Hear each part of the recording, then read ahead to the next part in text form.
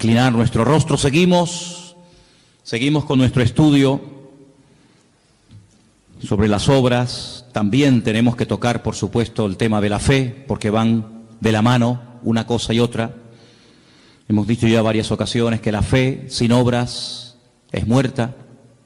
Y por eso en esta tarde te pedimos, Señor, una vez más sabiduría, para que en nuestra vida no solamente tengamos una fe genuina, y una fe auténtica, y una fe robusta y madura, sino que también esa fe pueda producir obras, Señor, acciones, frutos que te glorifiquen a ti. Te pedimos, Señor, que en este mes que estamos estudiando este tema, tu Espíritu Santo, Señor, ilumine nuestra vida para que nos demos cuenta de lo importante que es tener una vida de fe y de obras, porque una cosa nos lleva a la otra. Y dirige este estudio, la presentación de tu palabra, que sea de provecho para todos y cada uno de nosotros, Padre. Te damos gracias por todo en el nombre de Jesús. Amén. Y amén. Nos quedamos el día domingo, nos quedamos en las definiciones de lo que es la fe. Y yo dije que la palabra certeza y la palabra convicción, estos dos sustantivos, casi podríamos decir que son sinónimos. Pusimos la definición. Y una de las cosas que dijimos es que estas palabras en griego es muy difícil con un término en español captar toda la profundidad y captar realmente todo lo que significan. Dijimos que una de esas palabras, la palabra certeza concretamente, tiene que ver con el hecho de poder plasmar en hechos tangibles, visibles, las palabras que salen por nuestra boca o la creencia que tenemos en nuestro corazón. Permítame ponerles un ejemplo. Si ustedes han leído y estudiado detenidamente el capítulo 11 de Hebreos, se van a dar cuenta de que a raíz o a continuación de la definición, se nos habla de la creación del universo, ¿verdad? En Hebreos capítulo 11 estamos. Dice que por la fe podemos llegar a entender cómo fue creado, ordenado y diseñado el universo, ¿verdad? Y uno dice, bueno, no hubieron testigos el día que Dios creó, no había un grupo de personas que pudieron dar fe de que efectivamente así fue como se creó la tierra, el sol, la luna, las estrellas, etcétera. Pero hay un documento oficial, que es la Biblia, que atestigua de que así fue. Pero claro, hermanos, la Biblia son palabras, es la palabra de Dios, ya lo sé. Pero ¿qué es lo que le da la credibilidad a lo que la Biblia dice? Pues los resultados que produce la misma, ¿vale? Es decir, en la Biblia encontramos a Dios como creador, encontramos a Dios como juez, encontramos a Dios bajo la esencia del amor, encontramos a Dios como Padre. Son declaraciones, pero esas declaraciones de alguna manera u otra hay que demostrarlas. Si nuestro Dios es un Dios creador, sí, pero no ha creado nada. Entonces, no. Nuestro Dios ha creado y las obras que Dios ha hecho avalan las palabras. Amén, hermanos. El mismo Señor Jesucristo dice, si ustedes no quieren creer a mis palabras, tienen que creer a las obras que yo hago. Y añade, porque las obras que yo hago dan testimonio de que el Padre me avala, de que el Padre está conmigo. Imagínense que el Señor Jesucristo en una ocasión hizo una declaración tremenda, todos la conocemos. Yo soy la resurrección y la vida. El que cree en mí, aunque esté muerto, vivirá. Hermanos, con todos mis respetos, eso lo puede decir cualquiera. Son palabras tremendas, pero ahora hay que demostrarlo. Cuando el Señor resucitaba a los muertos, pues efectivamente demostraba que Él tiene el poder sobre la muerte, porque Él es la resurrección y la vida. Cuando el Señor hacía cualquier declaración, las obras, los milagros, las señales, los prodigios que hacían, avalaban las palabras que pronunciaba. Es decir, si las obras, la creación del universo, le da credibilidad a la palabra de Dios, si las obras, milagros y acciones de Cristo le daban credibilidad a sus palabras, a su ministerio, en nuestro caso es exactamente igual. Usted puede hablar todo lo que usted quiera, pero son nuestras acciones, nuestras obras, lo que avalan y respaldan nuestra fe. En ningún momento en Hebreos capítulo 11 usted va a encontrar expresiones como esta que le voy a mencionar ahora. Por la fe Abraham no hizo nada. Por la fe Enoc no hizo nada. Por la fe Noé no hizo nada.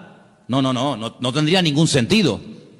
Sino que por la fe hicieron cosas, dijeron cosas, etcétera, etcétera. Por lo tanto, las obras es lo que avalan la fe que decimos tener. Si no hay obras, si no hay frutos, si no hay resultado, pues nuestra vida es un montón de buenas intenciones y de buenas palabras, pero que nunca se materializan, nunca se hacen realidad. Por eso Santiago es muy claro en esto y dice claramente que una fe sin obras, pues está muerta, no sirve absolutamente para nada. La otra palabra que vimos, la palabra convicción, tiene que ver también con una amonestación o una reprensión que le hacemos al mundo natural aplicando los principios del mundo espiritual o del reino de Dios. Hay una parte en el Padre Nuestro que dice, venga tu reino a nosotros, ¿verdad? Hágase tu voluntad, así en el cielo como en la tierra. Si eso es una petición. No todo el Padre Nuestro es una oración de pedir y pedir, pero hay peticiones en el Padre Nuestro muy interesantes. Una de ellas la que le acabo de mencionar ahora. Venga tu reino, es decir, que lo que tú quieres que se produzca en el mundo natural a través de nuestra vida, de la fe, de la oración, etcétera, se produzcan cambios. Pusimos el ejemplo de Jesús cuando atraviesa el mar en tempestad. Él sabía, porque él era la palabra viviente, que él no moriría ahogado, sino que él moriría crucificado. Por lo tanto, si él sabía perfectamente que no iba a morir ahogado, como temieron los discípulos morir, él lo que hace es que cambia aquella circunstancia adversa y cambia la tempestad en bonanza. Como diciendo, esto no es lo que tiene que ocurrir. Por lo tanto, si esto no es lo que tiene que ocurrir, cambiémoslo entonces, ¿verdad? Porque el Señor nos ha dado la capacidad y el poder, a través de la fe, del nombre de Cristo, de su palabra, etcétera, etcétera, de cambiar ciertas y determinadas situaciones que Él, si estuviera en nuestro caso, también las cambiaría. ¿Me explico? Vamos a leer un versículo muy interesante para que nos demos cuenta una vez más, como traté de compartir el domingo, que tenemos que tener una percepción, una lectura, llámelo discernimiento espiritual más amplio de lo que aparentemente parece que está pasando. El versículo está en Juan, capítulo 4, versículo 35. Juan, capítulo 4, versículo 35. Presta atención a estas palabras porque tiene que ver con la visita de Jesús a Samaria. Y dice lo siguiente, Juan 4, versículo 35. ¿No decís vosotros, aún faltan 4 meses para que llegue la siega? Alzad vuestros ojos y mirad los campos, porque ya están blancos para la siega. Si ustedes dicen faltan 4 meses para que llegue el tiempo de la siega, y yo les digo que el tiempo de la siega ya ha llegado. Por lo tanto, hay una diferencia entre vuestra opinión y la mía. Hombre, sabemos que no está hablando de una cosecha de trigo, de maíz. Sabemos que está hablando con términos espirituales, en términos naturales, pero de temas espirituales, ¿verdad? Por lo tanto, la lectura que a veces hacemos de una situación puede ser muy diferente a la lectura que espiritualmente tenemos que darle a una determinada situación. Por ejemplo, hay un momento en el ministerio del Señor Jesucristo que Él anuncia clarísimamente que cuando vayan a Jerusalén, Él va a caer en manos de los judíos y lo van a prender y lo van a maltratar y va a morir y va a ser crucificado. Y claro, uno de sus discípulos, en ese deseo de que no le pase nada a su maestro, le dice, no, Señor, no, que de ninguna manera te acontezca esto. Claro, si hubiéramos estado allí nosotros, hubiéramos dicho, oye, ¿cómo se preocupa Pedro por el Señor, verdad? Señor está diciendo que lo van a matar y Pedro dice, no, si te van a matar en Jerusalén, vayamos a Capernaum, ¿para qué vamos a Jerusalén? Sin embargo, el Señor no lo felicita. El Señor lo reprende. El Señor le dice, apártate de mí, Satanás. Pues, Señor, sí, es que en este momento está hablando el diablo a través de tu boca. Claro, nadie se dio cuenta de aquello, pero el Señor se dio cuenta de que aquellas palabras bonitas, aquellas palabras aparentemente de amor y de compasión por el Señor, porque lo iban a matar y iban a perderlo, pues no eran palabras basadas en el amor, no venían de parte del corazón del Padre, sino que venían del mismísimo infierno. Era el diablo el que no quería que el Señor Jesucristo fuera a Jerusalén a morir, porque Satanás, que conoce muy bien la Escritura, sabía perfectamente que si el Señor moría en la cruz, se le acababa su autoridad. Por lo tanto, el Señor dice, apártate de mí, Satanás. Luego, cuando el apóstol Pedro, o anteriormente, cuando Pedro dice, tú para mí eres el Hijo del Dios viviente, el Señor lo alaba. El Señor le dice, bienaventurado, Pedro, muy bien, estupendo. Ahora sí que has hablado bien, ¿ves?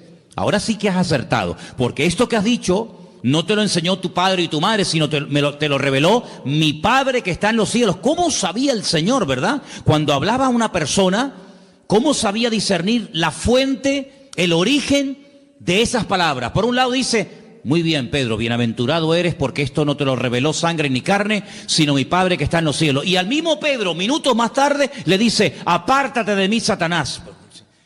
Es que el discernimiento del Señor era perfecto, era increíble. Entonces puede ser que a veces una persona se esté dejando utilizar por el Señor para hablar a tu vida.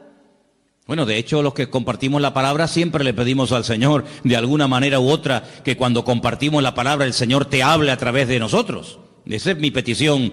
Y yo me alegro mucho cuando termina un culto y te dice la gente, oye, pues hoy el Señor me habló a mí, pero es que resulta que tú no lo sabes, pero a mí me han dicho eso 5 o 6 personas que no tienen nada que ver con tu situación, pero la palabra es tan rica y tan amplia, pues que le habla a todo el mundo, a cada uno en sus circunstancias.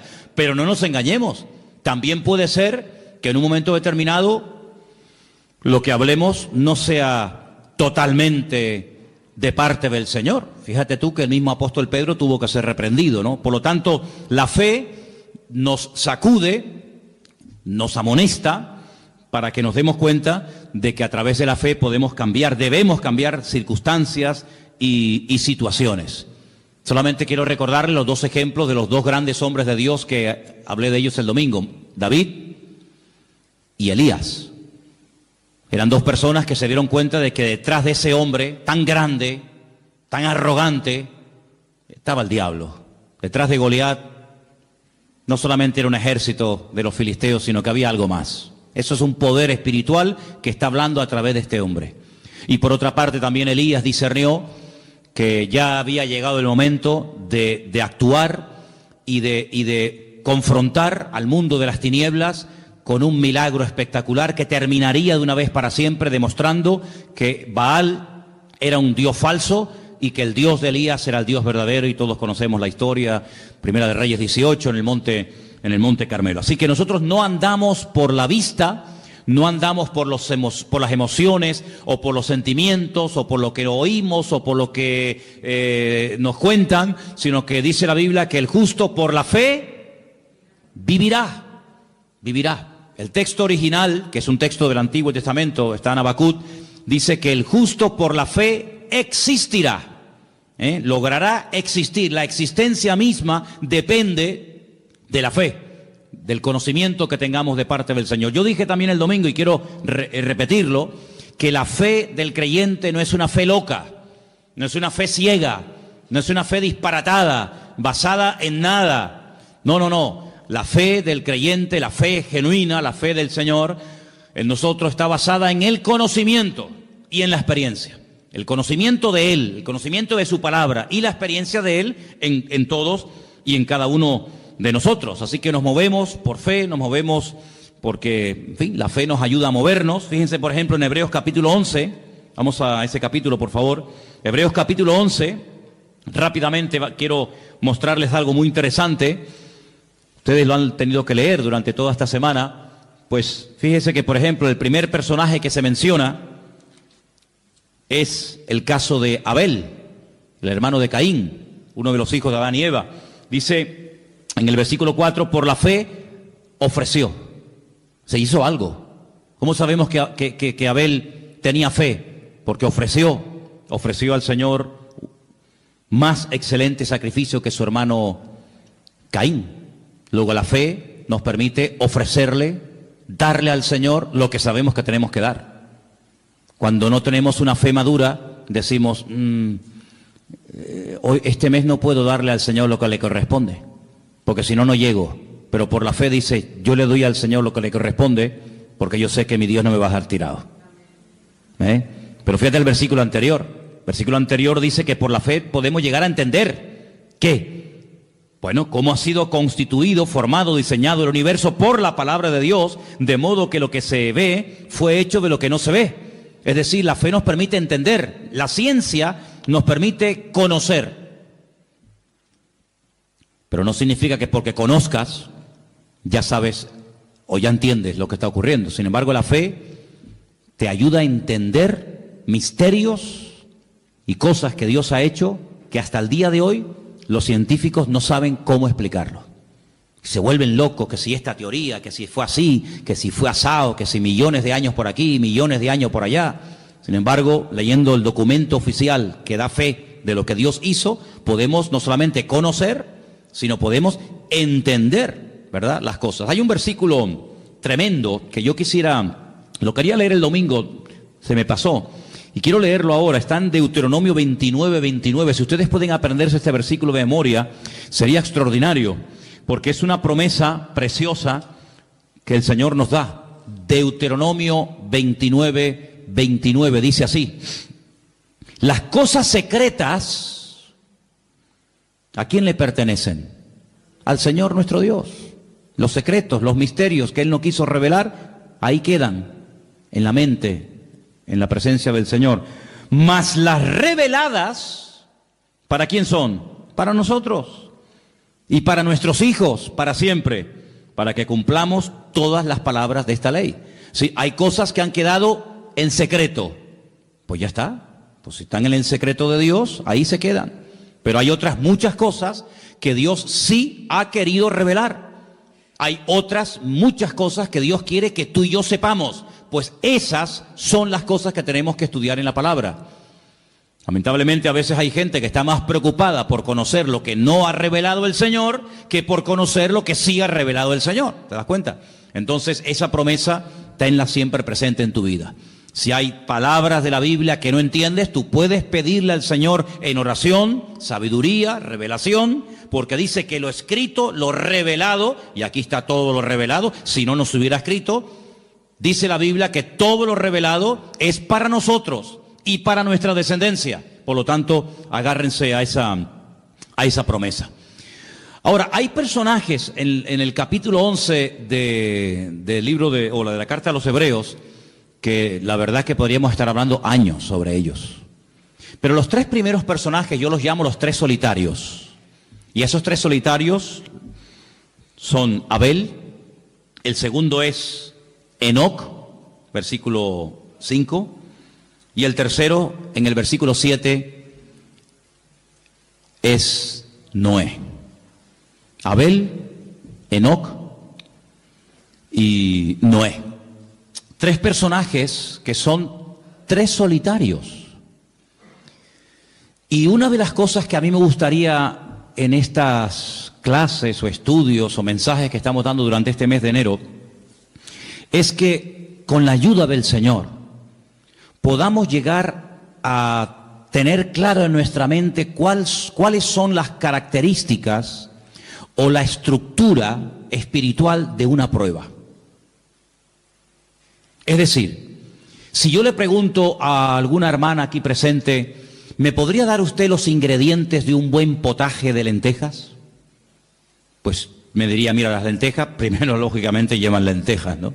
Y esto, y se le puede poner esto, y se le puede poner aquello. ¿Y me podría dar usted la receta de cómo se hace una buena paella? Y te dirían, pues mira, una paella pues lleva esto, lleva aquello. Muy bien. Luego tú ya sabes, para hacer algo, lo que te hace falta. Si no tienes todos esos ingredientes, difícilmente te saldrá la comida como tenía que salir. En el sentido espiritual, yo les pongo como tarea, no solamente a los jóvenes, sino a toda la iglesia, lo siguiente. Tomen, por ejemplo, en una libreta y comiencen a apuntar basándose en vidas, en personajes de la Biblia que fueron tremendamente probados.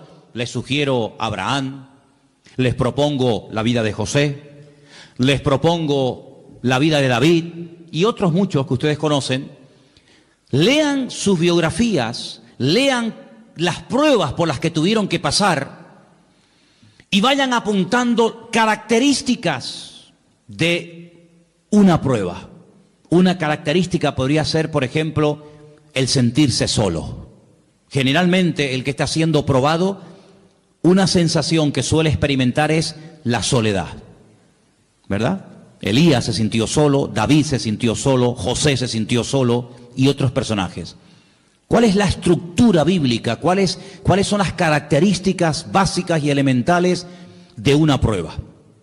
Y te vas a dar cuenta de que en todas y en cada una de las pruebas, el elemento, el ingrediente de la fe es indispensable para saber cómo encajar esa prueba, cómo reaccionar ante esa prueba. ¿Cuánto tiempo suelen durar las pruebas en la vida de las personas de la Biblia? Porque las pruebas son temporales, no son permanentes. Uno está siendo probado desde el 1 de enero hasta el 31 de diciembre. En este año vamos a ser probados, pero no todos los días. Habrá momentos como de descanso, ¿no? Pero fíjense estos tres personajes. Miremos al primero, Abel. En aquel momento, aparentemente, según la Biblia, aunque hay indicios de que a lo mejor nació en el momento del parto de Abel y de Caín alguna hermana, pero leyendo la Biblia, digamos en español, vemos que estaba Adán, su madre Eva, su hermano Caín y él. Bien. Sus padres se habían rebelado contra el mismo Dios por desobediencia. Por haberle hecho más caso a la voz del diablo que a la voz del Creador, son expulsados del lugar más maravilloso y fantástico que jamás el Señor haya creado en este planeta Tierra, llamado el Gan Edén, el Jardín del Edén. Son expulsados. Nunca vemos en la Biblia a Adán y a Eva presentando sacrificios, ofrendas, como había enseñado el Señor. Nunca los vemos. Nunca vemos a Adán y a Eva tratando de volver a recuperar aquella comunión que llegaron a tener con el Señor en un principio. De los cuatro mencionados, Adán, Eva, Caín y Abel, al único que vemos verdaderamente íntegro y justo, como dice la Biblia, tratando de hacer las cosas decentemente y con orden, como Dios manda, de los cuatro, uno solo, Abel. Ni siquiera tenía el apoyo de su hermano. Porque su hermano sabemos que al final terminó levantándose contra él y asesinándolo, quitándole la vida. Era un solitario. No vemos que tenía el apoyo de sus padres, no vemos que tenía el apoyo de sus hermanos. Criado en un ambiente donde recientemente habían sido expulsados sus padres del Jardín del Edén, pero a pesar de tenerlo aparentemente todo en contra, él sabe que hay una forma bíblica, una forma enseñada por el mismísimo Creador de acercarse a Él. Y Él lo que hace es lo que Dios dice. Le trae al Señor una ofrenda que dice que aunque lo terminó matando su hermano, la sangre y la ofrenda de Abel hablaba a su favor. Era como un testigo, no mudo, pero como un testigo delante de la presencia del Señor, hasta el punto que cuando le pregunta el Señor a su hermano Caín, ¿dónde está tu hermano Abel? Y él le responde de una forma irónica o arrogante, ¿soy yo acaso guarda de mi hermano? ¿Yo qué sé? El Señor le dice, la voz de la sangre de tu hermano Abel llega a mi presencia. Es decir, que hay algo que atestiguaba de que esa persona era inocente. Dice la Biblia que era justo, pero sin embargo, a pesar de que era una buena persona, en ningún momento vemos que Dios le habla. Yo no veo a Dios hablándole a Abel. Veo a Dios hablándole a Adán y a Eva, pero a Abel nunca. Sin embargo, veo al Señor hablándole a su hermano Caín, al desobediente, al rebelde, al que presenta una ofrenda incorrecta, le habla, lo amonesta y le dice, si hicieras las cosas bien, ¿no podrías dejar el pecado a la puerta? Como diciendo, ¿no dominarías tú sobre el pecado? Claro, pero es que el problema es que Caín aunque oyó a Dios audiblemente en varias ocasiones, no cambió. Porque una de las cosas que dijimos el domingo, que no hay ninguna garantía de que yo conozca la verdad y actúe en obediencia a esa verdad. Es más, hay gente que sabe que algo le puede estar haciendo daño o lo está matando y aún así siguen haciéndolo. Y tenemos infinidad de ejemplos, tanto en la Biblia como fuera de la Biblia, como hoy en día. Conocemos a personas que incluso han entendido el Evangelio y le han dado las espaldas a Dios y no han querido obedecer la palabra. Luego, el conocimiento es importante, pero cuidado, el conocimiento puede ser la mayor bendición para tu vida o puede ser la peor tragedia, en el sentido de que el conocimiento te da vida o te mata. Porque ahora sabes y ahora no hay excusa. Como dice Pablo a los romanos, hablándole a los judíos en la carta a los romanos, dice, no tienes excusa. No tienes excusa porque tú sabes, tú conoces desde niño la palabra del Señor, pero no la pones en práctica en tu vida. ¿Te das cuenta? Por lo tanto, Abel es mencionado porque es una persona que la fe que tuvo le ayudó a obedecer, le ayudó a desprenderse de algo que a lo mejor humanamente hablando le hacía falta, pero que como él sabe qué es lo que Dios espera de él, él lo hace. Luego la fe nos permite entender los misterios de Dios, la creación de Dios, la obra de Dios. La fe nos permite ofrecerle a Dios, darle al Señor lo que le corresponde. Pero fijaros que, por ejemplo, en el caso de Enoc, que ya es la séptima generación, ¿vale? Enoc vivió en la séptima generación después de Adán y Eva. Era un hombre, si ustedes leen su vida, lo poquito que nos dice la Biblia de Enoc, dice que era un hombre que tuvo hijos e hijas. Un hombre que llevaba aparentemente una vida normal, un hombre casado, repito, con hijos y con hijas. Pero lo importante que destaca la Biblia de Enoc no es que estaba casado y que era padre, sino dice aquí en el versículo 5, por la fe Enoc fue traspuesto para no ver muerte y no fue hallado porque lo traspuso Dios, y antes de que fuese traspuesto tuvo testimonio de haber agradado a Dios. Eso es lo que destaca la Biblia de la vida de Enoc. Pero curiosamente, aunque la Biblia nos dice que Enoc no murió, que el Señor lo llevó en vida a su presencia, como hizo también con otro personaje llamado el profeta Elías, a pesar de que la Biblia nos dice que estaba casado, de que era padre, de que era la séptima generación después de Adán y Eva, resulta que hay una pequeña carta en el Nuevo Testamento, que es la carta de Judas, que si quieren pueden venir conmigo, por favor, y ustedes van a encontrar unas palabras muy interesantes que nos habla la Biblia acerca de este personaje llamado Enoc. En la carta de Judas, ¿verdad? Lo tenemos ahí casi al final del Nuevo Testamento. ¿Lo tienen, hermanos? Ok. Tenemos en el versículo 14. De estos también profetizó Enoc. Luego era un profeta. Pero el Génesis no dice que era un profeta. Génesis no dice que profetizara. Pero sin embargo, en el Nuevo Testamento dice que Enoc profetizó. ¿Y qué fue lo que dijo? Pues dijo esto que está aquí. He aquí, vino el Señor con sus santas decenas de millares para hacer juicio contra todos y dejar convictos a todos los impíos de todas sus obras impías que han hecho impíamente y de todas las cosas duras que los pecadores impíos han hablado contra él. ¿De quién está hablando aquí este hombre? Está hablando de Dios como juez. En la primera venida el Señor Jesucristo no vino como juez. Pero en la segunda venida la Biblia profetiza de que Cristo el Señor vendrá como juez a juzgar a cada uno según sus obras, ¿sí o no? Luego Enoc profetizó de la segunda venida del Señor. Claro. Entonces por eso los judíos dijeron, no pongamos este libro en el canon del Antiguo Testamento, quitémoslo, porque es un libro demasiado mesiánico, porque el judío dice que el Mesías vendrá una vez. Perdón, los judíos dicen que vendrá una vez, Nosotros creemos que vendrá 2 veces, ya una que vino como rey, como siervo, y la segunda como rey, como juez. Y si ahora este hombre Enoc dice que debe venir al Señor como juez a juzgar a todos, pues esto como es. Entonces por eso quitaron el libro de Enoc, pero que se puede leer, es un libro interesantísimo, por cierto. Y habla muchísimo acerca de aquellos pecados que había antes del tiempo del diluvio y todo aquello, ¿verdad?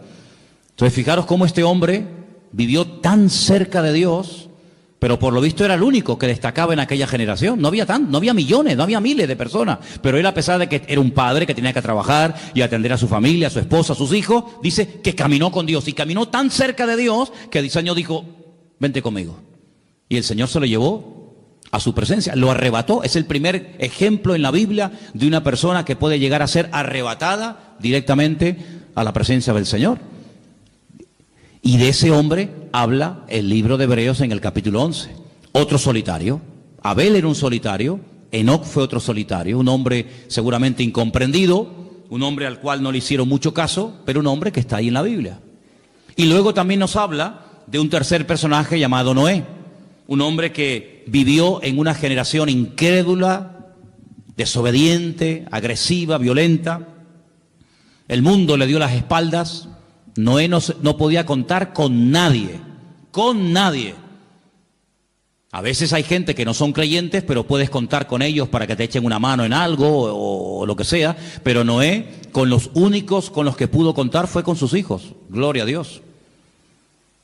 Y estuvo 120 años, hermanos, 120 años construyendo aquella nave, aquel arca enorme. Y predicando, porque dice la Biblia que era pregonero de justicia. Si no solamente estaba todo el día cortando madera y poniendo cada tablón en su sitio, sino que era un hombre que predicaba y decía: no, estoy haciendo esto por esto, por esto, por esto y por esto. Porque dice que con temor preparó el arca. Y vemos un ejemplo de una fe constante. Porque la Biblia nos ordena y nos manda a los creyentes a ser personas constantes en la fe. ¿Cuántos dicen amén? Es uno de los grandes problemas de mucha gente, la falta de constancia. Son constantes un tiempo, pero después, no sé, se enfriaron, se desanimaron. Si te he visto no me acuerdo, y eso no sirve para nada, porque la Biblia dice: estad firmes y constantes, creciendo en la obra del Señor siempre. ¿Verdad? Es un día y otro, y Noé estuvo 120 años. Hombre, la Biblia no dice que se rieran de él, pero yo creo que algunos se reirían de él. La Biblia no dice que se metían con él, pero yo, en mi opinión particular y mi opinión personal, yo creo que más de un vecino diría: pero tú estás loco. Llover, ¿qué es eso de llover? Explícame. Bueno, hasta ese momento no había llovido. La Biblia dice que subía un vapor de la tierra y que era lo que regaba los campos. Así que nunca habían visto caer agua del cielo a la tierra, pero sin embargo Noé le creyó a Dios. Y estuvo trabajando y trabajando y trabajando, y toda su vida giraba en torno a la obra de Dios. Involucró a su familia, que esto es muy bonito, hermanos. Los que somos padres, y ahora el mes que viene hablaremos de esto, es muy importante que oremos por nuestros hijos para que no solamente se conviertan, sino que logremos que las familias están involucradas todos los miembros de la familia en la obra del Señor. ¿Habrá mayor privilegio para un padre que ver a sus hijos involucrados en la obra del Señor? Puede ser que uno esté en la música, otro esté en la danza, otro esté en la escuela dominical, otro esté sirviendo al Señor a tiempo completo, pero me da igual. Pero lo hermoso y lo que debemos de orar es para que todas las familias, los miembros de la familia, estén todos involucrados en la obra del Señor, como Sem, Can y Jafet, hijos de Noé. Aprendieron a apoyar a su padre y sobre todo en la obra que su padre hacía, que era la obra del Señor. Amén, hermanos. Cuidado, y las esposas de estos también, porque estaban casados los tres. Entonces ellos eran cabezas de hogar. Eran hombres que supieron dirigir a sus mujeres a la obra de Dios, al servicio del Señor. Y hermanos, todos los que estamos aquí esta noche, todos los habitantes del planeta Tierra, le debemos la vida a Noé. Porque ese hombre se mantuvo y durante 120 años estuvo trabajando para el Señor. No conoció a Dios como creador, como el caso de Adán y Eva. Conoció otro aspecto de la naturaleza, de la esencia del Señor, muy interesante y poco predicado, como es la justicia. Porque Dios es severo, Dios es justo, Dios es un juez justo. Y Dios dijo: basta, se cansó. Y curiosamente, fíjate tú por dónde, El mismísimo Señor Jesucristo en Mateo capítulo 24 lo menciona, ¿verdad? ¿Os acordáis? Dice que antes de la venida, antes del fin del tiempo, dice, será como los tiempos de Noé. Como los tiempos de Noé. ¿Cómo eran los tiempos de Noé? Léalo, estúdielo, y así serán nuestros tiempos, porque dice la Biblia que como que se vuelve a repetir otra vez la historia. Así que estos tres personajes yo los llamo los tres solitarios. Abel, sin apoyo de la familia ni de su hermano. Enoc, solito, caminando con Dios, no se menciona a nadie más en ese tiempo. Y después también Noé, una persona que fue fiel al Señor hasta las últimas consecuencias. Ahora vamos a leer algunos versículos en esta noche. El versículo que vamos a leer ahora de Romanos 10, 16, ya se leyó el domingo. A mí me gustaría que algún hermano entre nosotros, que yo le había pedido a Priscila que me leyera estos versículos, pero... perdón, yo es que te estaba buscando, pero como no te veía... Ok, perdón. Romanos 10, 17, pero vamos a leerlo como dice la Biblia y no como lo menciona muchos. ¿Se acuerdan lo que dije el domingo? ¿Qué dice la gente por ahí? Hermano, la fe viene por oír y por oír la palabra de Dios. Pues no, señor, eso no dice la Biblia. La Biblia dice, Romanos 10, 17. Así que la fe es por el oír y el oír por la palabra de Dios. La fe es, no dice que viene, la fe es, ¿verdad? Es decir, el elemento indispensable para que nuestra fe se mantenga firme, ¿cuál es? La palabra. Por eso dice el apóstol Pablo que la palabra, que es el medio por el que viene la fe, abunde en abundancia en vosotros. Y yo creo que no digo ningún disparate cuando diga esto. Cuanto más palabra, cuanto más conocimiento del Señor usted tenga a través de su palabra, más robusta será su fe. ¿Cuántos dicen amén? Cuanto más ignorante sea usted de la palabra de Dios, más débil será su fe. ¿Por qué hay momentos en los que uno dice, yo no tengo ningún temor? ¿De dónde le viene a usted esa fortaleza? De las promesas de la palabra de Dios. El Señor es mi pastor y nada me faltará. Pero si usted no supiera la palabra, ¿a qué se agarra? Luego, nosotros no hemos tenido un contacto directo y personal, por ejemplo, como tuvieron los discípulos con el Señor Jesucristo. Ya nos hubiera gustado a nosotros, digo yo, haber estado debajo de una higuera o de una palmera o en la barca o en una montaña escuchando predicar y enseñar al Señor. Si yo les preguntara a ustedes, ¿a quién les gustaría que estuviera predicando debajo de una palmera? ¿Manolo Sierra o el Señor Jesucristo? Hombre, claro, ya me contará, por supuesto, pero no tuvimos ese privilegio. Ellos sí lo tuvieron, de hecho el Señor lo dice, cosas que los profetas y reyes desearon ver y oír, y no vieron ni oyeron. Ustedes tienen ese privilegio. Pero a nosotros nos ha llegado el conocimiento de la palabra por transmisión, de generación en generación. ¿Cuántas generaciones calculamos el domingo que habían pasado desde Cristo hasta nosotros hoy en día? Unas 50 generaciones. 50 generaciones. Calculemos que cada generación es aproximadamente 40 años. Pues bueno, 50 por 4, ¿cuánto es? Pues eso. 5 por 4 es 2000 años, ¿vale? 40 años por 50, 2000 años. Y usted dice, 2000 años. 2000 años no es nada, hermano. No es nada, 2000 años no es nada, son 2 días, ¿o no? La Biblia dice que para el Señor 1000 años es un día, han pasado 2 días, 2 días, para el Señor son 2 días. Y claro, después a nuestros hijos en la escuela le obligan a creer que este hueso o que este fósil tiene 250 millones de años. Y nadie dice nada, porque lo dijo fulanito de tal. Y cuando nosotros decimos que desde Cristo hasta nosotros han pasado 2000 años o 2 días, todo el mundo se lleva las manos a la cabeza. Pero hermanos, es la pura realidad. Yo llegué a conocer a mis bisabuelos. No sé si alguien aquí llegó a conocer a su bisabuelo o a su tatarabuelo. Yo conocí a mi bisabuelo y a mi bisabuela perfectamente y hablé con ellos y como si fueran mis abuelos. Y eran los padres de mi abuelo, que murió con 106 años, imagínese usted. Y uno dice, bueno, pues conocí a mi padre, conocí a mi abuelo y conocí a mi bisabuelo. Ya conocí 3 generaciones hacia atrás.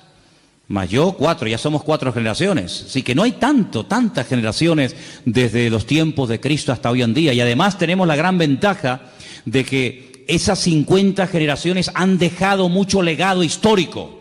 No son 50 generaciones que hay un vacío que uno dice, bueno, pero ¿dónde? No, un vacío, de vacío nada. Hay mucha información en la arqueología, en la literatura, en la pintura, en el arte, en tantas y tantas ciencias que nos permiten conocer, pero con muchos detalles.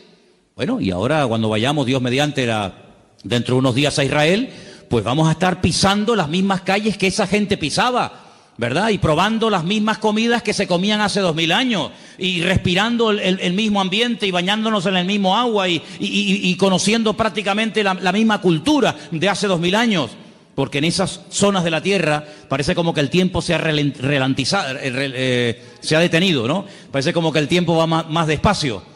Entonces, queridos hermanos, cuando uno lee los escribas y los fariseos, entonces esa gente no existe. ¿Cómo que no? ¿Quién dijo que no?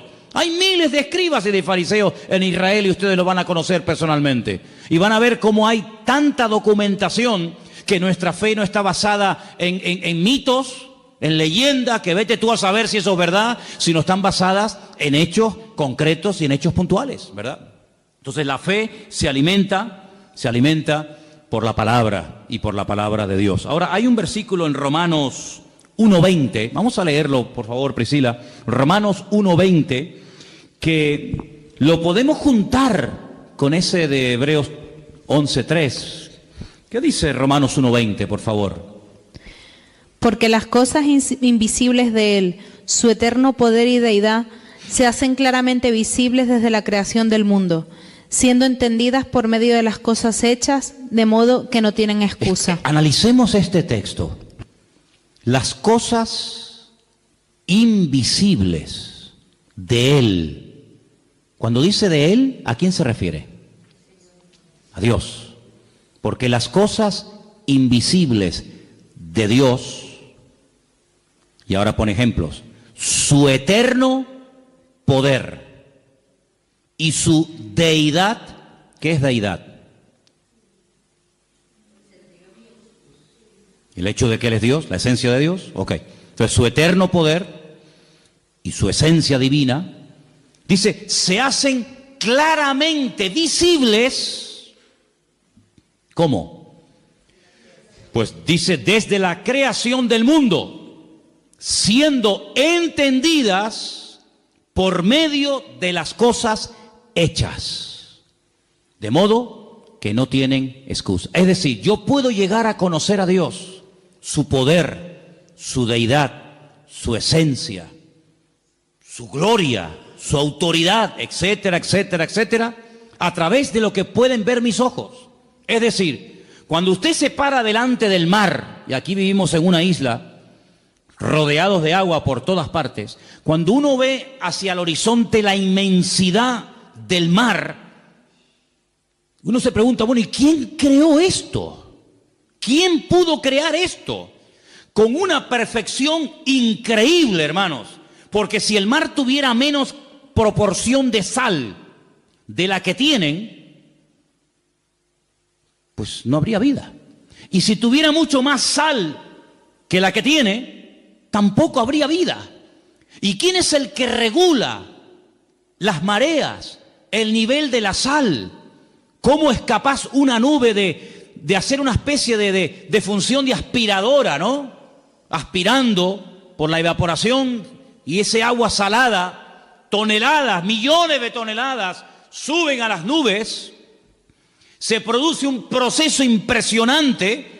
Y cuando el Señor quiere que ese agua que ha subido caiga allí, pues manda el viento justamente en esa dirección y lo detiene encima de esa ciudad, o encima de ese país, o encima de ese continente, y hace que ese agua salada se haya convertido así en agua dulce.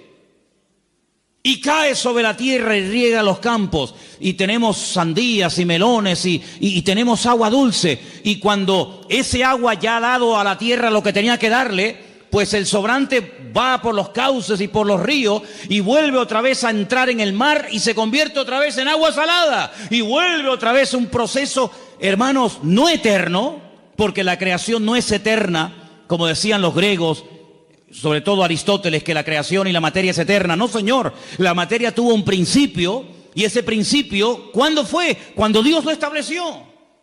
Y nadie puede explicar muchas cosas, pero la Biblia sí explica muchas cosas que los científicos hasta el día de hoy son incapaces de entender. Porque, como dije antes, la fe nos permite entender, no solamente conocer, sino entender. Y tú ves a una vaca manchada de blanco y negro, ¿no? Esas vacas tienen una raza, ¿cómo se llama? La vaca, estas vacas lecheras. Frisonas, las vacas frisonas. Y tú las ves en esos prados allí en Galicia, o las ves en esos prados en Asturias, o por cualquier otra parte del mundo, y está comiendo hierba verde. Y tú dices, pero una hierba verde, una vaca negra, y da leche blanca. Es algo impresionante. Y así tantas y tantas cosas que tú dices, Dios mío, pero hay una armonía, hay una perfección, hay un colorido, hay un diseño, algo increíble. Y hasta Dios ha dotado de una capacidad, de una inteligencia a los animales tremenda. Fíjense, por ejemplo, las langostas, no las langostas estas de mar, sino las langostas estas de los insectos. Incluso creo que las de mar también tienen el mismo proceso 3 o 4 veces durante toda su vida. Crecen más de lo que puede contener el caparazón. El caparazón les termina doliendo y haciendo un daño terrible, porque la langosta quiere crecer y come y engorda, pero el cascarón como que la presiona y sufre unos dolores que se tiene que meter entre rocas y empieza a frotarse entre las rocas hasta que se arranca el caparazón de cuajo. Y sale y crece hasta que le sale otro caparazón y vuelve otra vez a sentirse incómoda dentro de ese caparazón que le impide crecer. Y entonces vuelve otra vez a esconderse y se frota y se golpea contra las rocas y se arranca el caparazón y vuelve otra vez, y así durante toda su vida. Es decir, que si a esa langosta la llevaran al médico porque tiene dolores y le ponen una pastilla o una inyección, le impedirían crecer, le quitan el dolor, pero frenarían su crecimiento. Luego el dolor es lo que hace que se desprenda de lo que le oprime para que pueda seguir creciendo.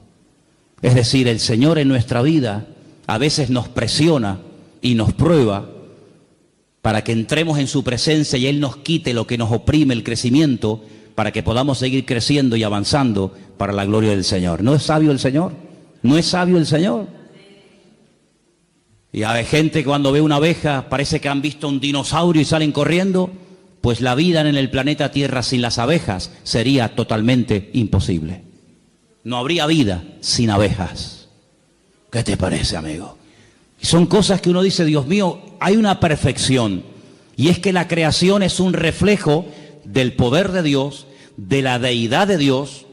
¿Quién es el que hace que el sol siempre salga por el mismo sitio y se vuelva a ocultar por el mismo sitio, año tras año, siglo tras siglo, milenio tras milenio? Es algo increíble, ¿verdad? Y cómo son la naturaleza, hay frutos para el verano, hay frutos para el invierno, hay frutos para esto, hay frutos para aquello. Si una perfección absoluta, dice que viendo todo eso, que es lo visible, son las obras visibles del Dios invisible, llegamos a la conclusión de que tiene que existir una mente, y es la mente y la presencia de nuestro Dios. ¿Cuántos dicen amén? Pero el hombre es tan bruto, tan cerrado de mollera, que no quiere aceptar que hay un creador.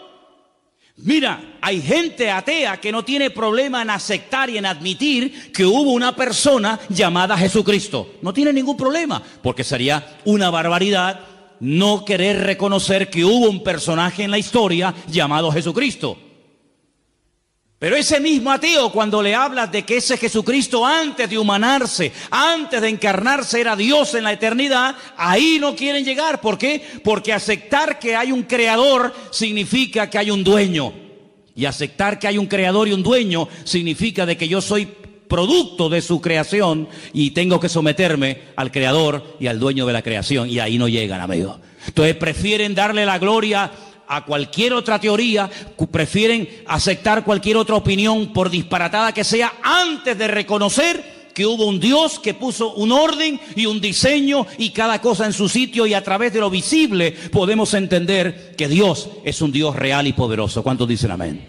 Entonces, sin fe es imposible agradar a Dios, porque dice que el que se acerca a Él o el que quiere comenzar a entender las cosas, lo primero que tiene que entender y aceptar es que hay un Dios creador. Conocí una vez a una persona que me dijo: yo creo de Cristo para adelante, pero no creo ni acepto nada de Cristo hacia detrás. Y le dije: ¿por qué? Dice: porque yo soy un hombre de ciencia. Y yo le dije: usted no es un hombre de ciencia, usted lo que es un necio, según la Biblia. Porque si usted no acepta de Cristo hacia atrás, ¿en qué basa usted su fe? Si no hubiera un antes de Cristo, lo que llamamos vulgarmente un Antiguo Testamento, ¿sobre qué se construye el Nuevo Testamento? ¿Sobre mitos? ¿Sobre opiniones?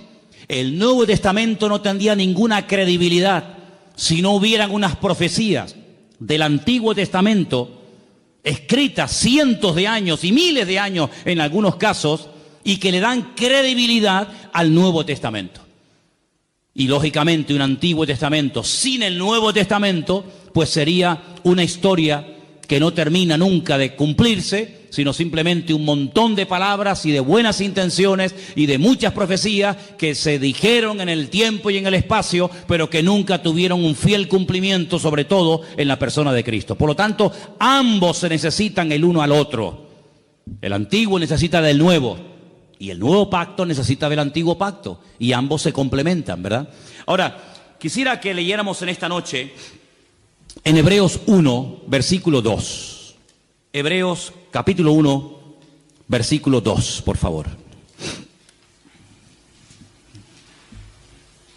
¿Lo tenemos?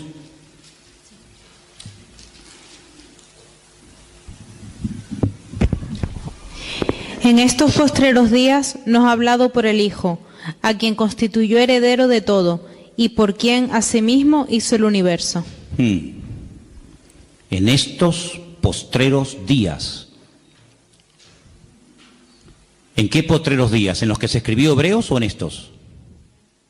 Porque hoy en día estamos más en los postreros días que hace 2000 años cuando se escribió la carta a los hebreos, ¿sí o no? Si en aquellos tiempos ya se estaba hablando de los postreros días, imagínense nosotros hoy en día. En estos últimos días nos ha hablado por el Hijo, a quien constituyó heredero de todo. ¿Quién lo constituyó heredero de todo? El Padre. Bien.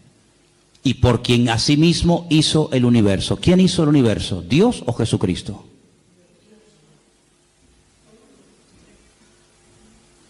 Vamos a leer el versículo otra vez. Ahí está la respuesta. En estos postreros días nos ha hablado por el Hijo, a quien constituyó heredero de todo, y por quien asimismo hizo el universo. ¿Quién hizo el universo? ¿Y no será que estamos hablando de la misma persona? ¿No será que estamos hablando de la misma persona? Jesucristo, ¿cuándo comenzó a existir? A existir. Jesucristo siempre ha existido. Es un ser eterno, no es un ser creado. Pero la Biblia dice que nació en Belén de Judea. Claro, como hombre tuvo un nacimiento. Nació en un pueblo que se puede visitar hoy en día, Belén de Judea. Tenía una madre, tenía un padre, tenía familia, comía, respiraba, se cansaba, tenía que pedir agua cuando tenía sed. Claro, digamos que se metió en un cuerpo. Pero él dijo: yo soy antes de Abraham. ¿Cómo? ¿Cómo vas a ser tú antes de Abraham? Le dijeron los judíos, si tú no tienes ni 40 años. Dice, yo soy antes de Abraham. Dice, y si ustedes verdaderamente fuerais hijos de Abraham, las obras de Abraham haríais. Y si ustedes verdaderamente creyerais en los escritos de Moisés, me tendríais que obedecer a mí, porque de mí escribió Moisés. Luego, ¿qué quiere decir esto? Que el Señor Jesucristo era y es eterno, no fue creado, no salió como parte de la creación de algo. Era eterno, pero cuando decidió venir a este mundo, pues tuvo que venir al mundo, pues en el proceso que Él mismo diseñó, que es el del nacimiento normal y corriente de cualquier ser humano. Pero Él nunca, jamás comenzó a existir el día de su nacimiento, sino que Él es un ser eterno. En el principio era el Verbo, y el Verbo era con Dios, y el Verbo era Dios. ¿Se dan cuenta? Dice, y el que no me cree a mí, tampoco cree en mi Padre que me envió. Si hay una unidad tremenda entre el Padre y el Hijo. Hay momentos que actúa como Padre. Yo a veces actúo como Padre, pero hay momentos que actúo como Hijo. Y soy la misma persona al mismo tiempo. Soy Padre y soy Hijo al mismo tiempo. No tengo ningún problema en eso. No tengo que, como la física cuántica, ¿no? Ahora me voy subdividiendo, sino que soy Padre, soy Hijo al mismo tiempo. No tengo ningún problema. Depende del momento, del lugar y la circunstancia. Actúo como Hijo o actúo como Padre. Exactamente igual es el Señor. No vino como Dios, vino como el Hijo de Dios, ¿verdad? Para cumplir las profecías. Entonces, hasta que nosotros no tenemos esa revelación en nosotros, dice que no podemos terminar de agradar a Dios. Porque el Señor Jesucristo es un ser eterno. ¿Cuántos dicen amén? Dice que el Señor Jesucristo habló con Abraham. Dice, Él vio mi día. No recuerdan las palabras del Señor. Dice, Él vio mi día y se gozó. El Señor Jesucristo habló con Abraham. ¿Qué te parece, amigo? Luego el Señor Jesucristo, como Dios, siempre existió, pero lógicamente como ser humano tuvo un principio, nacimiento, como todos los seres humanos. Ahora, quiero terminar para dejar algo también para el domingo, leyendo el versículo de Gálatas 1:23, donde nos dice algo muy interesante referente a la fe. Gálatas 1:23, por favor, vamos a prestar atención a este texto.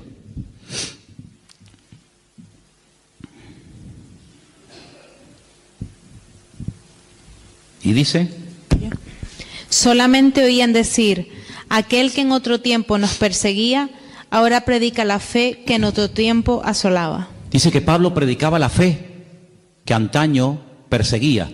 Luego la fe aquí es un conjunto de creencias, es un mensaje que hay que predicar.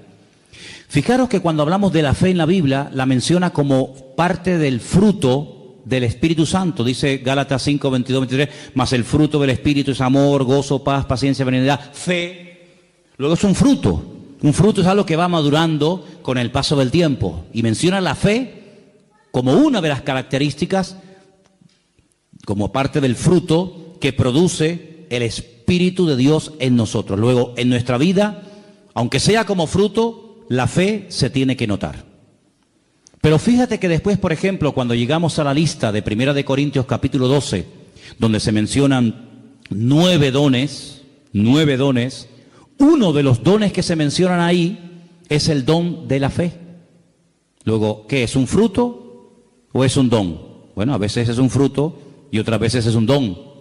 Pero fíjate que Efesios 2, 8 y 9 dice, por gracia sois salvos por medio de la fe. Y esto no de vosotros, pues es don de Dios. Hay 3 cosas diferentes en cuanto a la fe: fruto, don y como medio para obtener la salvación por la gracia.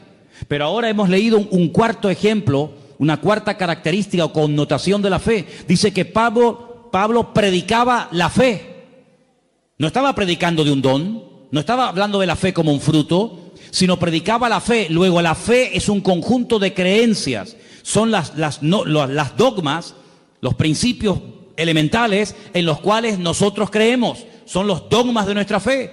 Uno de los dogmas de fe nuestro dice que nosotros creemos en la inspiración de las Sagradas Escrituras como palabra de Dios. Uno de los dogmas de fe es que creemos en la obra expiatoria de Cristo en la cruz del Calvario. Es decir, hay unos dogmas de fe y Pablo dice que les predicaba de la fe. Es decir, les predicaba de lo que uno cree. ¿Por qué hay creyentes que se preocupan más en predicar y en compartir con la gente, llamamos inconversa, de lo que no creen que de lo que verdaderamente creen? Hay creyentes que a veces se pegan horas hablando con inconversos y no paran de hablarle de lo que no creen. Mira, nosotros no creemos en esto, no creemos en no sé qué, nosotros no, no, en eso no creemos, no, eso no lo creemos. Termina la conversación, la persona con la que has estado hablando y tomando café toda la santa tarde ya sabe en lo que no creen. Esta mañana, adiós, y la señora dice, ¿y en qué cree? Porque si no cree en el Papa, no cree en no sé qué, no cree en no fue canto, no cree en no tal, no cree en cuál, no cree. Pero no me he enterado en lo que creen. Entonces hay que aprender a predicar de la fe. Porque sabe una cosa, generalmente la gente allá afuera tiene más claro lo que tú no crees, pero no tienen claro lo que tú crees. La gente allá afuera sabe que nosotros en nuestras iglesias no tenemos imágenes, porque ellos saben que nosotros no creemos ni adoramos imágenes. Ellos lo saben. Ellos lo que no tienen muy claro, ¿qué es lo que tú y yo creemos? Y es ahí donde entra este versículo muy interesante que dice que Pablo les predicaba de la fe, y eso es de lo que tenemos que predicar. Nosotros creemos que Jesucristo murió por nosotros en la cruz, que sin la muerte de Cristo no hay salvación. Nosotros creemos en el cielo, creemos en el infierno, nosotros creemos en la resurrección de Cristo. Así, vamos a predicar más de lo que creemos, porque el diablo a veces es muy astuto y nos pone a gente en el camino que lo que quieren es hacernos perder el tiempo, confesando lo que no creemos. Pero ¿saben dónde está la fuerza, la autoridad y la victoria que revienta el mundo espiritual? En predicar lo que creemos, porque el diablo no quiere que prediquemos en lo que creemos. El diablo no tiene ningún problema en decir, yo no creo en las imágenes y por eso no las adoro. Eso al diablo no le hace daño. ¿Saben lo que le hace daño? Cuando yo digo, yo creo en el poder de la sangre de Jesucristo, yo creo en el poder del nombre de Jesucristo que venció al diablo y lo derrotó y no tiene ninguna autoridad. Yo creo que mi Señor es el Rey de Reyes y Señor de los Señores. Hermano, el diablo ante eso sale corriendo. No soporta oír a una iglesia y a un creyente que hable de lo que cree y no tanto de lo que no cree. Por eso la fe tiene que ser predicada y compartida. Pablo le decía no solamente eran los Gálatas, ¿no? Sino Pablo también le decía, por ejemplo, a los tesalonicenses, me alegro, me gozo de que la fe que tenéis en el Señor se va divulgando, se va extendiendo por el mundo. En otras palabras, que la gente diga, estos creen en esto y esto. ¿Saben qué bonito cuando la gente de la calle viene a pedirnos oración? Porque ellos saben que nosotros creemos que tenemos un Dios de milagros. Es tremendo. Entonces, eso es lo que tenemos que predicar y compartir cada día más. Todos los personajes, los 18 personajes, creo que ya los han contado, los 18 personajes de Hebreos capítulo 11, todos pusieron su confianza en Dios, se agarraron a las promesas del Señor y fueron fieles hasta la muerte por esa fe y por ese conocimiento que habían adquirido. Y quiero terminar leyendo 2 versículos, si me permiten. Salmo 33, los voy a leer yo. Salmo 33, versículo 6 y Salmo 33, versículo 9. Repito, Salmo 33, versículo 6, y dice así: por la palabra de Dios fueron hechos los cielos, y todo el ejército de ellos por el aliento de su boca. ¿Dios tiene ejércitos? Una vez en un campamento de jóvenes en la península, en un tiempo de preguntas, el pastor me dijo, oye, ¿por qué no dejas a la gente que te haga preguntas? Y digo, vale. Y un chico se levantó y me dice, es que yo no termino de entender por qué a Dios se le llama el Dios de los ejércitos. Y yo le dije, es que Dios no es un pacifista. A Dios le encanta la guerra. Y se quedó así como asustado, ¿no? Pero cuidado, espérate. Cuando el Señor habla de sus ejércitos, hay 2 aplicaciones de esa expresión. Los ejércitos de Dios habla de su creación, de las estrellas, los astros, todo el firmamento, pero también habla de sus ángeles. En el mundo espiritual hay guerra, ahora mismo hay guerra. Los ángeles, cada vez que la iglesia se pone a orar o a ayunar, cada vez que un cristiano dobla sus rodillas ante la presencia del Señor, los ángeles, hermanos, se revolucionan en el mundo espiritual que ni te imaginas. Hay guerra en el mundo espiritual.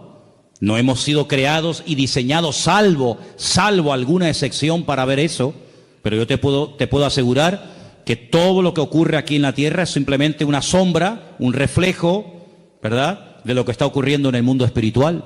El Señor nos ha diseñado de esa manera que todo lo natural puede proyectar sombra, ¿verdad? Nuestra sombra se proyecta, la sombra no es real, el real soy yo, pero lo real puede reflejar sombra. En el cielo, las batallas que se producen en el cielo, ¿verdad?, entre ángeles y demonios, se reflejan como sombra en la tierra. Entonces vemos guerras por aquí, guerras por allá. Todo eso es simplemente la punta, es como el iceberg. Tú ves un iceberg y ves una montaña de hielo, pero hay más por abajo que por arriba. Bueno, pues el mundo espiritual es al revés, ¿verdad? Lo grande, lo poderoso se lleva arriba y en pequeña escala se lleva abajo. Está como al revés, el orden está invertido. En la Biblia el futuro está en pasado y el pasado está en futuro. Entonces las mayores guerras que se están librando ahora mismo en el mundo no son aquí en la tierra, son en el mundo espiritual. Pablo dice que nuestra lucha, ¿a quién le habla? A los cristianos. Nuestra lucha no es contra sangre y carne, pero dice que nuestra lucha. Luego hay lucha, hay batalla. Habla de yelmo, de espada, de coraza, ¿verdad? Nuestra lucha es contra principados y contra potestades, contra gobernadores de las tinieblas en las regiones celestes, contra huestes espirituales de maldad. Luego hay una batalla. Pablo dice, yo he peleado la buena batalla, pero ¿cuándo te vimos a ti cogiendo una espada y matando a nadie? No, es que él habla de una batalla espiritual. Peleamos contra demonios, peleamos contra poderes espirituales, ¿verdad? Y la iglesia tiene la obligación de pelear ahí, porque lo que no ganes arriba no lo va a ganar abajo. Hay gente que quiere ganar aquí, pero primeramente hay que ganar allí para atar allí, para soltar aquí, dice la palabra, ¿verdad? Entonces cuando uno va a la palabra, uno se encuentra de que Dios hizo los cielos con el poder de su palabra y todo su ejército. Bueno, lean ustedes el libro de Daniel. Hay momentos en los que Daniel oraba y ayunaba y no habían cambios. Y cuando se le presenta al ángel Gabriel y le dice, pero, ¿qué pasa? Dice, es que hace 21 días que llevas orando y ayunando, pero es que hemos estado ahí peleando contra el príncipe tal, contra el príncipe cual, y he venido para darte sabiduría y para darte entendimiento. Si te das cuenta que hay batallas que hay que librarlas fuertemente en la presencia del Señor, para obtener respuestas. El Señor le dijo un día a los discípulos, ¿sabéis una cosa? Sobre todo tú, Pedro, escúchame bien. Satanás ha venido y os ha pedido, y os va a zarandear a todos como al trigo. ¿Cuándo hablaste tú con el diablo? ¿O cuándo el diablo habló contigo? ¿Cuándo pasó eso? Que ustedes no se enteran. Ustedes no ven eso. Pero es que el diablo os va a zarandear como al trigo. Porque el Señor sabía. ¿O por qué te crees que el Señor dedicaba tanto tiempo a solas en batalla? Pues las batallas espirituales, las guerras espirituales que tuvo que librar el Señor tuvieron que ser tremendas, ¿verdad? Entonces, hermanos, vemos que el Señor creó los cielos, la tierra, pero también el ejército de Dios. Y el versículo 9 dice, porque Él dijo y fue hecho. Él mandó y existió. Repito, ese versículo 9 es tremendo. Él dijo y fue hecho. Y si no hubiera dicho, pues no se hubiera hecho. ¿Cuándo se produjo el cambio? Cuando Él dijo, automáticamente se produjo. Él mandó y existió. Luego, hermanos, aquí tenemos en nuestras manos algo tremendamente poderoso, que hay que saber manejarlo. Tenemos un poder impresionante que es el poder de la fe, pero que no va a producir cambios a menos que salga por nuestra boca y por nuestras acciones el poder que tiene la fe. Eso es como si usted tiene una escopeta o un rifle, pero no tiene munición. No produce ningún problema. Usted tiene que apretar el gatillo para que salga el cartucho y para que haga lo que quiere que usted haga. Exactamente es igual. Hay un poder, hay una capacidad, hay una autoridad que el Señor ha puesto en nosotros. Es una dinamita, es un poder tremendo que Dios ha puesto en nosotros. Pero cuando actuamos en fe, cuando declaramos palabra de fe, cuando nuestras acciones avalan nuestras palabras y nuestras palabras nos llevan a la acción, hermano, eso es una combinación increíble, es algo tremendo. Por eso es muy importante que si usted en un momento determinado no sabe cómo orar, dígale al Espíritu Santo, dígale al Señor, ora a través de mi boca. Porque dice que el Espíritu puede llegar a orar con nosotros y por medio de nosotros, porque Él conoce cuál es la voluntad del Padre. Hay gente que en esta dimensión de oración no sabe moverse. Sabe moverse en la petición, sabe moverse en lo cotidiano, pero que el Espíritu ruegue con gemidos indecibles delante del Padre a través de mí, hay muchos que no saben, no tienen ni idea de lo que estoy hablando. Por eso, este tema que estamos hablando de la fe y las obras es lo que va a marcar la diferencia. Porque si nuestro Dios no hubiera hecho nada, pues sí, tú dices que eres muy poderoso, pero tú no has hecho nada. Tú dices que eres creador, pero yo no he visto que has creado nada. Desde el principio del mundo aquí no ha creado nada. Pero todo lo que nos rodea da crédito a la palabra de nuestro Dios. ¿Qué es lo que le da crédito a la obra de Cristo? Las obras que hizo. Bien. ¿Qué es lo que le va a dar peso a su fe? ¿Lo que usted dice? No, lo que usted haga. Y si usted no hace, su fe está muerta. Así que el domingo, Dios mediante, tendremos el último mensaje sobre este tema. Haremos un pequeño repaso, pero ampliaremos un poco más el tema de la fe y de las obras. Pero yo quiero preguntarles a todos ustedes en esta noche, en este mes que estamos hablando de este tema, yo dije al principio, cuando les propuse que íbamos a hablar de esto este mes, que sería muy bueno que nos propusiéramos hacer alguna obra, algo que nos lleve a la acción. ¿Se acuerdan? ¿Lo estáis haciendo? Nuevamente vengo al púlpito con material. Ayer compramos Nuevos Testamentos. Y ayer compramos este Evangelio según San Juan, que cuando lo vi me quedé enamorado, porque ha sido de todos los evangelios que se venden a veces por ahí, el que mejor presentación y mejor calidad he visto de verdad. Es un Evangelio según San Juan, tiene por supuesto todo el texto, pero aparte de eso tiene explicaciones y tiene material añadido. ¿Saben cuánto cuesta este librito? Este Evangelio según San Juan, que dice Juan en su Evangelio que el que lo crea, el que lo lea y lo crea, puede llegar a tener vida eterna. Fíjate, 50 céntimos. Si una persona lee el Evangelio según San Juan y cree en Jesucristo a través de estas palabras, puede llegar a tener vida eterna. Y esta tarde me tomé un cortado aquí porque no vino mi hermana doña Carmen a hacérmelo. ¿Y saben cuánto me cobraron? 80 céntimos. ¿Y saben cuánto vale el Evangelio según San Juan, que produce vida eterna en Cristo Jesús, Señor nuestro? 50 céntimos. Increíble. Bueno, compramos unos cuantos. Pero claro, estamos comprando Biblias, estamos comprando Nuevos Testamentos, estamos comprando Evangelios. Y esto vale 50 céntimos. El Nuevo Testamento nos costó 2 euros. Creo que la Biblia sale sobre 3 euros. Hermanos, lo compramos, pero no para almacenar. Lo compramos para que la palabra de Dios corra y sea glorificada. Así que hágase con algunos de estos ejemplares y regálenlos. Regale. Me contaba el pastor Marcos del Puerto de la Cruz que hay una chica que un hermano del puerto le regaló una Biblia, fue a la iglesia hace 2 o 3 semanas, se convirtió al Señor y allí está asistiendo fielmente. El primer fruto de una Biblia regalada de una persona que ha aceptado al Señor, que ha aceptado al Señor, que ha aceptado al Señor, que ha aceptado al Señor, que ha aceptado al Señor, que ha aceptado al Señor, que ha aceptado al Señor, que ha aceptado al Señor.